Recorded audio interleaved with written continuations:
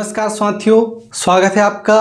Railway group D को ध्यान में रखते हुए तथा एमटीएस एग्जाम के बाद साइंस का एक ऐसा इम्पोर्टेंट टॉपिक लेकर आया हूँ, रक्त परिसंचरण, जो किसी न किसी एग्जाम में पूछा गया और आने वाले सभी कंपटीशन एग्जाम में पूछा जा सकता। जी हाँ दोस्तों, रक्त परिसंचरण तंत्र या परिसंचरण तंत्र में लेकर आया हूँ। अब सबसे पहले हम जानते हैं कि सबसे पहले परिसंचरण तंत्र होता है क्या। जी हाँ दोस्तों, जानते हैं परिसंचरण तंत्र होता है क्या, यह रक्त परिसंचरण तंत्र दोस्तों जो मनुष्य तथा उच्च जंतु में, जो मनुष्य होता है ना, मतलब हम मनुष्य लोग तथा उच्च जंतु में, कैसे जंतु, उच्च जंतु में जो पचा हुआ भोजन होता है, जो पचा हुआ भोजन होता है ना, मतलब जो हमारा पचा हुआ भोजन, कौन सा पचा हुआ भोज्य पदार्थ तथा वातावरण से ली गई ऑक्सीजन, मतलब जो वातावरण से ऑक्सीजन ली जाती, मतलब मनुष्य तथा उच्च जंतुओं में वातावरण से ली गई ऑक्सीजन एवं पचे हुए भोज्य पदार्थों का सभी कोशिकाओं तक, समस्त कोशिकाओं तक, जो समस्त कोशिका है ना, उन तक उनको एनर्जी पहुंचाना, क्या पहुंचाना, उसकी एनर्जी पहुंचाना, उसे कहते हैं परिसंचरण तंत्र। क्या कहते हैं उसे, उसमें एक तंत्र की आवश्यकता होती है जिसे हम परिसंचरण तंत्र कहते हैं। मतलब हमारे वातावरण से ली गई ऑक्सीजन तथा पचे हुए भोज्य पदार्थों का समस्त कोशिकाओं तक जिस पहुंचाने के लिए एक तंत्र की आवश्यकता होती है, उसे कहते हैं परिसंचरण तंत्र। आइए जानते हैं परिसंचरण तंत्र के बारे में महत्वपूर्ण तथ्य। देखो, इस जो तंत्र होता है ना, इसमें रक्त महत्वपूर्ण भूमिका निभाता है। जो हमारा ब्लड होता है ना, ये परिसंचरण तंत्र में महत्वपूर्ण भूमिका निभाता है, क्योंकि ये सारा काम कौन करता है, ब्लड ही करता है। लेकिन इसे करवाने वाला कौन रहेगा, हार्ट रहेगा।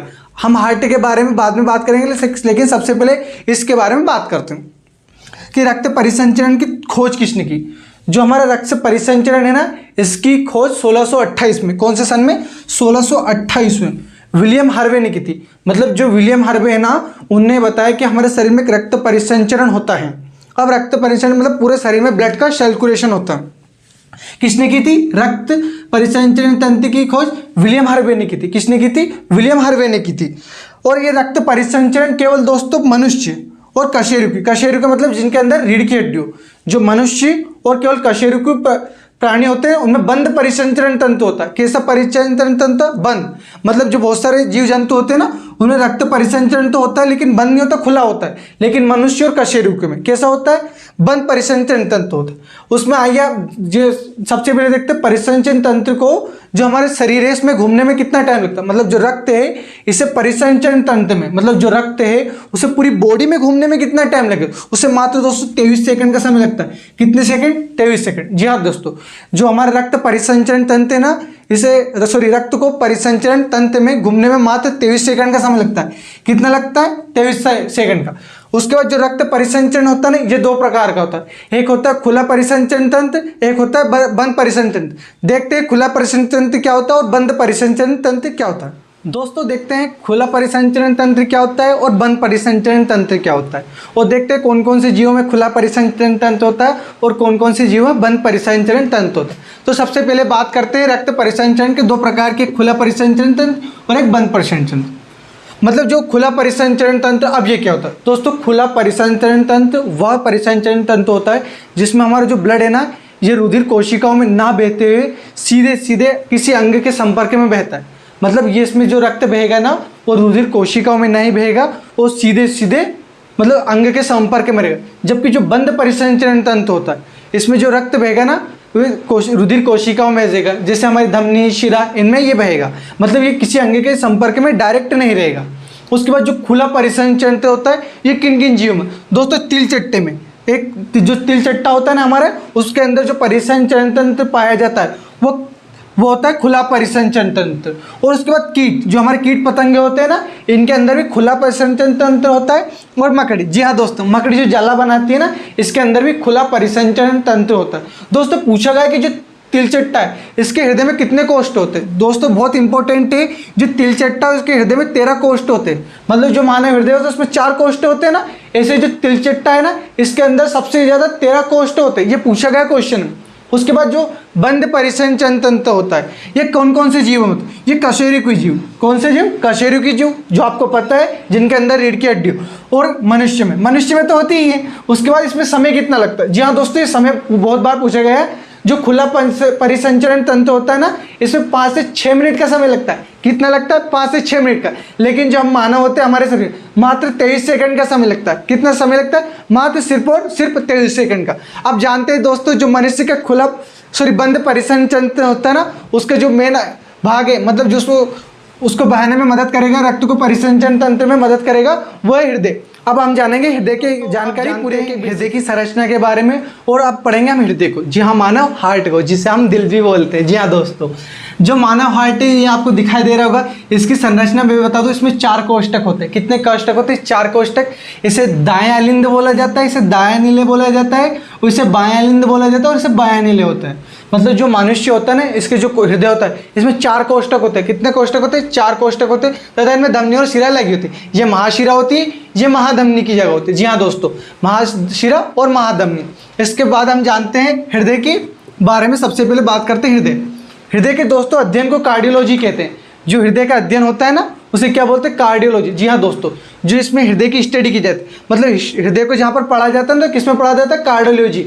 मतलब जो स्टूडेंट पढ़ाई करते हैं ना, कार्डियोलॉजी के अंदर हृदय की पढ़ाई करते हैं। उसके बाद पुरुषों में हृदय का वजन कितना होता है? जो पुरुष होते हैं ना, जैसे मैं पुरुष हूँ, तो मेरे अंदर जो हार्ट रहेगा उसका वजन लगभग 300 ग्राम से लेके 350 ग्राम तक होगा। जी हाँ दोस्तों, 300 ग्राम से लेके 350 ग्राम तक। और जो हमारी महिलाएं होती है, उनमें होता है 250 ग्राम से लेके 300 ग्राम तक। जी हाँ दोस्त, जो महिलाओं का हृदय का वजन होता है ना, वो 250 ग्राम से 300 ग्राम के मध्य होता है। अब स्थिति, मतलब जो हृदय होता है ना, ये हमारा हृदय ये स्थित कहाँ होता है? तो दोस्तों, ये पसलियों के नीचे, जो हमारी पसलियाँ होती है ना, हड्डियाँ आपको दिखती हो कंकाल जैसा, इन पसलियों के नीचे और फेफड़ों के बीच।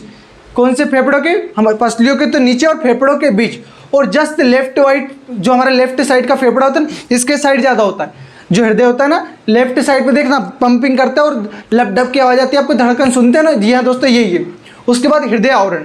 जो हृदय आवरण है ना दोस्तों, इसकी सुरक्षा के लिए है ना, इसमें 3 प्रकार की लेयर चढ़ाई है भगवान ने। मतलब जो भगवान है ना, उनने हमारे हृदय की सुरक्षा के लिए 3 लेयर चढ़ाई है। उनके नाम जानते हैं। इसकी 3 दीवार होती है, ये 3 झिल्ली होती है। एक होती है एपिकार्डियम। जी हाँ दोस्तों, बहुत इंपॉर्टेंट है, पूछा जाता है कि हृदय की 3 आवरणों के नाम क्या है। तो एक है एपिकार्डियम, एक है मेसोकार्डियम, और एक है एंडोकार्डियम। एपिकार्डियम, मेसोकार्डियम और एंडोकार्डियम। और जो दोस्तों ये जो पेरिकार्डियम होता है ना, इसमें पेरिकार्डियम द्रव्य भरा होता है, जो इसकी हृदय की सेफ्टी प्रदान करता है। किसको प्रदान करता है? जो बहुत सारे जीव होते हैं, इनके जो हृदय होता है कितना कोष्ठक होता है, मतलब उनमें चेंबर कितने होते हैं, आप जानते हैं चेंबर के। मैंने बता दिया कि जो हमारा मानव शरीर होता है, उसके अंदर 4 कोष्ठक होते हैं। कितने कोष्ठक होते हैं? 4। दायालिंद, दायानीले, बायालिंद, बायानीले, ये 4 कोष्ठक होते हैं। उन कोष्ठकों में जो मनुष्य उसके 4 होते हैं, और जो मछली होते हैं, जी हाँ दोस्तों, जो मछली होता है ना, उनका जो कोष्ठक होता है द्विकक्षीय होता है। जी हाँ दोस्तों, जो मछलियाँ होती है ना हमारा, उनके जो उसका अंदर कोष्ठक होते हैं, जैसे हमारे हृदय में 4 चेम्बर है, 1 2 3 4। मछलियों के जो हृदय होता है ना, उसके अंदर द्विकक्षीय होता है। कैसा होता है? द्विकक्षीय। उसके बाद उभयचर और सरीसृपों में, जो उभयचर और सरीसृप होते हैं ना, सरीसृप मतलब जो रेंग के चले दोस्तों। कैसे चले? रेंग के। जो रेंग के चलते हैं ना सरीसृप, उनके अंदर कितने होते हैं? कक्षी, 3 कक्षी। और उसके बाद 3 कक्षी होता है, और एक होता है उभयचर। उभयचर क्या होते हैं दोस्तों? उभयचर वे जीव होते हैं जो पानी के अंदर भी रह सके और पानी के बाहर भी रह सके। लेकिन दोस्तों, जो मगरमच्छ होता है ना, हमारा जो मगरमच्छ, ये सरीसृप के अंदर आता है, लेकिन इसके अंदर 4 ही कोष्ठ होते हैं, याद रखना। और जो डॉल्फिन होती है ना, ये शायद मछली की प्रजाति में आती है लगभग, लेकिन इसके अंदर भी 4 कोष्ठक होते हैं। जो डॉल्फिन होती है ना, डॉल्फिन, इसके अंदर भी 4 कोष्ठक होते हैं। कितने होते हैं? 4 कोष्ठक। और जो मछली होती है उनके अंदर भी 4, जो हमारा मगरमच्छ होता है, इसके अंदर भी 4 कोष्ठक। और शिरा में क्या अंतर है? जी हाँ दोस्तों, साइंस में हृदय में सबसे ज्यादा पूछे जाने वाले यही क्वेश्चन है कि धमनी और शिरा क्या होती है। धमनी और शिराएं, उनमें अंतर पूछा जाता है। जी हाँ दोस्तों, अब सबसे पहले धमनी का पहला अंतर देखते हैं। जो धमनी होती है ना, ये लाल रंग की होती है। कैसी होती है? जो हमारी धमनी होती है ना, ये लाल रंग की होती है। और जो हमारी शिराएं होती है, वह नीले, लाल एवं नीले बैंगनी रंग की होती है। जी हाँ दोस्तों, आपने देखो जो हरी हरी हमारे इस पे दिखाई देती है ना, ये शिराएं होती है। मतलब जो शरीर की बाहर ऊपरी सतह पर जो नीले नीले नसें दिखाई देती है आपको, ये हमारी शिराएं होती है। और धमनी क्यों नहीं दिखाई देती? क्योंकि ये तो लाल रंग की होती है। उसके बाद जो धमनी होती है, इनमें कपाट नहीं होते। जी हाँ दोस्तों, धमनियों में कपाट इसलिए नहीं होते हैं क्योंकि जो धमनियों में शुद्ध में रक्त बहता है। अब जो शुद्ध रक्त है ना, वो कोशिकाओं की आवश्यकता होती है, तो कोशिकाएं इनमें कपाट नहीं बनाती। कोशिका बोलती है कि रक्त को आने दो। लेकिन जो शिरा होते हैं, इनमें कपाट होते हैं। अब इनमें कपाट इसलिए होंगे क्योंकि इनमें अशुद्ध रक्त है। अब कोई व्यक्ति, खराब व्यक्ति है, तो हम ऐसा बोल रहे चल गेट से बाहर निकल, धीरे बाद में आना, कोई भी भिखारी मांगने जाए तो क्या बोले, भाग माने चल। ऐसे जो शिराएं होती है ना, इसमें अशुद्ध रक्त होता है, इसलिए जो कोशिश वो होती है ना, इनमें कपाट नहीं पाए जाते, इसलिए इनमें क्या होता है, कपाट नहीं पाए जाते। उसके बाद ये अधिक गहराई में होती है। जी हाँ दोस्तों, जो धमनियां होती है ना, इन्हें आसानी से नहीं देखा जा सकता। जो हमें दिखती है ना, केवल शिराएं दिखती, क्योंकि जो धमनी होती है ना, ये अधिक गहराई में स्थित। बाई चांस मेरे ये हाथ कट गया तो मेरी जो कटेगी ना, वो शिरा कटेगी, ना कि धमनी, क्योंकि जो शिराएं होती है ना, वो दोस्तों शरीर की ऊपरी सतह पर होती है। कहां पर होती है, ऊपरी सतह पर। उसके बाद जो धमनी होती है, इनमें ओटो युक्त मतलब ऑक्सीजन युक्त वो होता है क्या, ब्लड। जो धमनियां होती है ना, इनमें ऑक्सीजन युक्त ब्लड होता है, जबकि हमारी शिराएं होती है, इनमें CO2 युक्त होता है, मतलब इनमें खराब रक्त बहता है। धमनियों में शुद्ध रक्त बहता है और शिराओं में खराब रक्त बहता है। लेकिन दोस्तों एक अपवाद भी है। जी हाँ दोस्तों, जो अपवाद है ना, वो महाधमनी।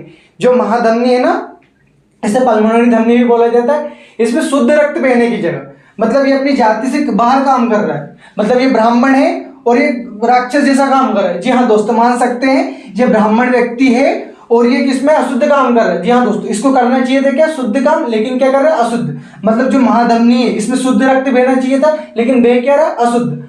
लेकिन जो शिरा है, मान सकते हैं राक्षस है, लेकिन ब्राह्मणों वाला काम कर रहा है। जी हाँ दोस्तों, जो शिरा है ना, इसे मान सकते हैं क्या, राक्षस, लेकिन ये ब्राह्मण वाला काम कर रहा है। क्या इसमें बहना चाहिए था अशुद्ध रक्त, लेकिन इसमें बह रहा है शुद्ध रक्त। जी हाँ दोस्तों, साइंस का जो इंपॉर्टेंट टॉपिक था आज का, तो हमारा था वो हार्ट। नेक्स्ट वीडियो में फिर मिलूंगा। इसी के साथ अलविदा, वेल डन दोस्तों।